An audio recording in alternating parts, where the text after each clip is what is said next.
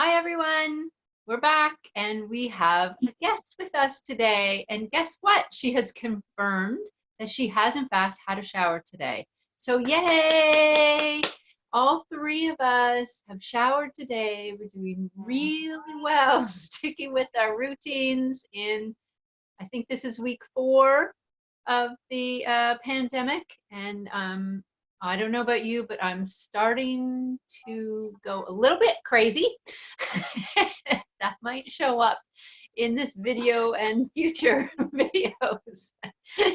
Anyways, we have a wonderful guest with us today that you haven't seen before, but we hope you'll see again. And I'm going to turn the screen over to Sue now so she can introduce our mystery showered guest.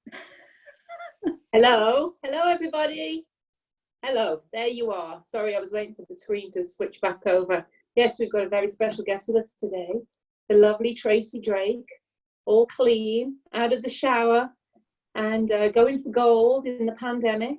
And Tracey comes to the clinic a couple of times a week, I think. I think Tracey's in a couple of times a week. I let Julie tend to deal with all of the yoga stuff and things, but yeah, Tracey's in a couple of times a week. And she's a yoga teacher. She's going to tell us all about Yin Yoga. And I love Yin Yoga because I get to hang out in poses for long periods of time with as little movement as possible. So I love that. But also, those guys out there that are listening that come to see me for Bowen, it's all about fascia. So that's super interesting too. So Tracey, over to you. Thank you. So just waiting for it to do the switch here. Hello. Can you hear me? Yeah. Okay. Yeah. So Yin Yoga. What is Yin Yoga? Well, to define Yin Yoga, you have to remember that it goes back to Taoist theory, the Taoist tradition, where they have the yin and the yang. And yin is refers to the stable, unmoving, hidden aspect of an object, and yang is the changing, moving aspect of an object. So translating that into the body, with the Yin Yoga, we're looking at connective tissue, the fascia, as you mentioned, and the tendons and the ligaments. And the yang side of things is the muscles and the bones. So, so looking at different types of tissues in the body. So of course, when we're working with connective tissue, we don't want to work that like we do muscle. So muscles, we work with weights, or we do yang postures where we make the muscles very dynamic and stress the muscles.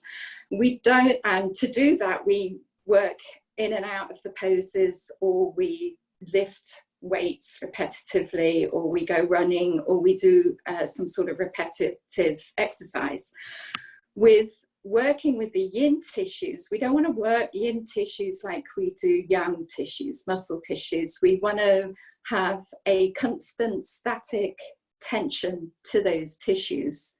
And that's how we work the yin tissues of the body. So it's a constant, long held posture or pose that gets into the yin tissues, the fascia tissues of the body. So you're right, in our yin poses, we hold them for long periods of time, for several minutes, and that can be really daunting for some people, like to just sit there in a pose. It can be a challenge, and particularly Yin Yoga is really beneficial for athletes and sports, people that are oriented towards sports, and asking somebody who is of a competitive nature to sit still in a pose and feel all the sensations and feel and be aware of what's going on in their heads and everything can be a pretty daunting prospect for many people. So there are challenges around doing yin yoga. It's not a restorative practice. People have kind of lined it up with restorative yoga. It's not a restorative practice. There is what we call strong sensations in the poses at times, which can also translate as pain. So, and it's really up to the individual to decide whether the pain is a good, healthy, good for the body pain, or whether it's injurious. So it is very subjective and down to the individual. So can anybody do this, Tracey? If somebody Yeah, says, I mean, I think yin yoga is great for everybody. Everyone can do yin yoga, and in certain respects, everybody does do a form of yin yoga in some way. You know, if you're sitting still for a long while, you are stressing some tissues, and that is a form of yin yoga. The challenge comes down to the mind, and not everybody can sit still in a pose for long, for several minutes. So that's the tricky part. I don't have any problem with that. No, me neither. No, and I think that's fair to say. And I think for most yoga practitioners who maybe start out with a more dynamic practice, with flows, vinyasas, ashtanga yoga, hot yoga, that kind of thing.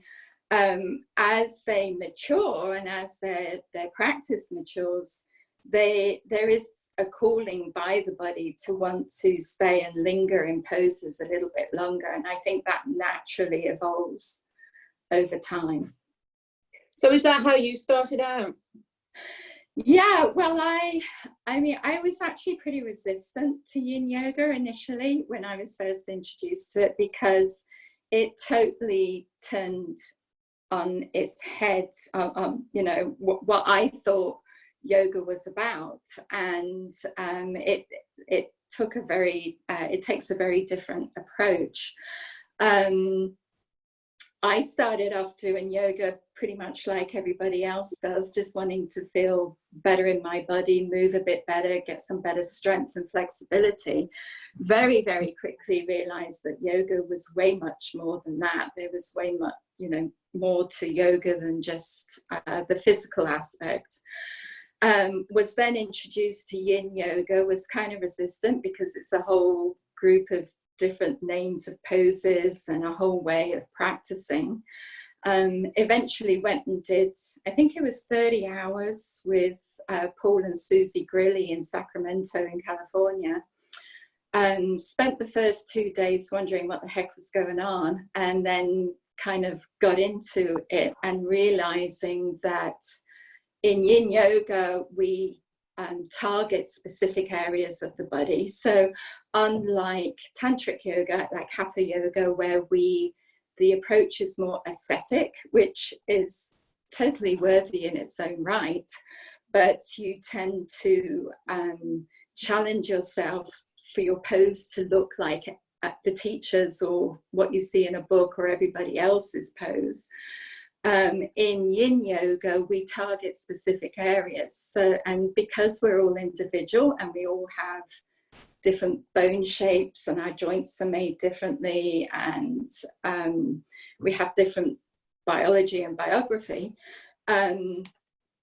it could be in a yin class that everybody is targeting the same area but doing a different pose, simply because of their anatomy. Their anatomy is going to be different. Everybody's, and you'll know this from being an RMT, that everybody's anatomy is very different, and not every pose is going to work for everyone. So that it does kind of bring a whole different approach to how I was originally trained in yoga and how I originally got into yoga, which was to let go of the aesthetic, let go of what the pose looks like, and just focus on specific target areas and you know, achieve health benefits through that way. Fabulous. I love the fact that that it's I love that. I love the fact that you're actually pointing out that, you know, we don't all have to look the same. That's No. a really key thing, because everybody thinks, I can't do it because, well, no, we all can do it. We just all have to do it within our own limitations, you know. So that's really great. Well, that was really interesting. Yeah. And that's exactly why I think everybody can do Yin Yoga, because that, you know, it's not about what the pose looks like. You know, I hear so many people tell me that, oh, as soon as you tell them you're a yoga teacher, they're like, yeah, I can't do that because I'm not flexible. Mm-hmm.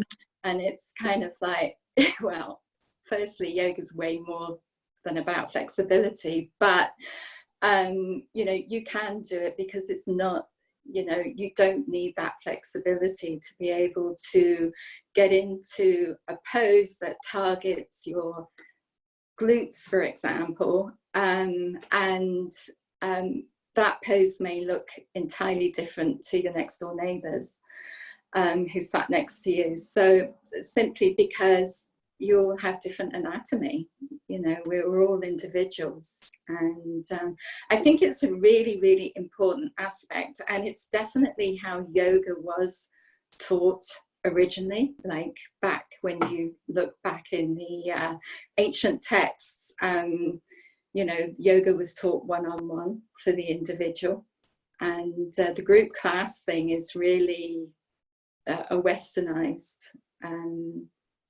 concept, you know, of like working out, whereas really that's not what yoga was originally, how it originally evolves. So yeah, it really should be for the individual and targeting specific areas.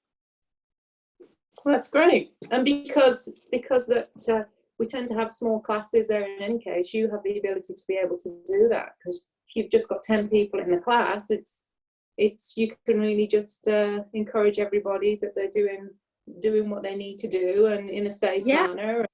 Yeah, that's right. I mean, the way I approach it is I'll show them a base pose of what generally works for the you know, for me or the general population, and then if they're not feeling the tension or the stretch in that area, then I'll adapt the pose or ask them to shift slightly, or to maybe try a completely different pose and to get into the target area. So we're not, I don't teach poses, I teach people. So, you know, we're not looking to all do pigeon pose that looks the same. We might use something that looks like pigeon pose to get into the IT band and the side of the hip and into the buttock. Or it might be figure 4 pose against the wall for somebody else. You know, so it really kind of depends on the individual and what their mobility and physical constraints are. And of course, our bones are different as well, right? And it's not just from the individual. You can be very different from one side of your body to the other. And just because you do pigeon pose on your right side doesn't mean that it's going to work for you on the left side. So you might end up doing a completely different pose to get into the same target area on the opposite side of the body. So it is quite a different concept to a regular, what I would call a regular yoga class. But it's a practice that I absolutely love. It's the practice that I keep coming back to personally myself. And it's a great complement to young forms of exercise or young yoga, hatha yoga, where it's more muscle based. Well, that's great. Well, thank you very much, Tracey. That was very informative. You're very passionate and very knowledgeable about it, and you did say something there. And I wish I had a pen and paper, which I don't, because I'm now not in my space because there's too much noise in my house. Again. But you said something like, I teach people, not poses, or something like that, which I thought was wonderful, because that just shows you how much attention to detail and how passionate Tracey is about what she teaches. So thank you very much, Tracey. Thank you very much. I'm going to pass this back to Julie, because we can't have too many people talking on the screen. But goodbye, people. Thank you. Thank you, Tracey, for all that wonderful information. Thank you, Sue, for being here and your great questions. And I'm so glad that you mentioned that little quote from Tracey, I teach people, not poses. I just think that's beautiful. And that's the way, that's my philosophy also. So I just think it's beautiful. So thank you very much for teaching us all about Yin Yoga. And I'm sure we'll have you back soon to talk about some other interesting things. For Take sure. care, everybody. Bye. Bye. Thank you.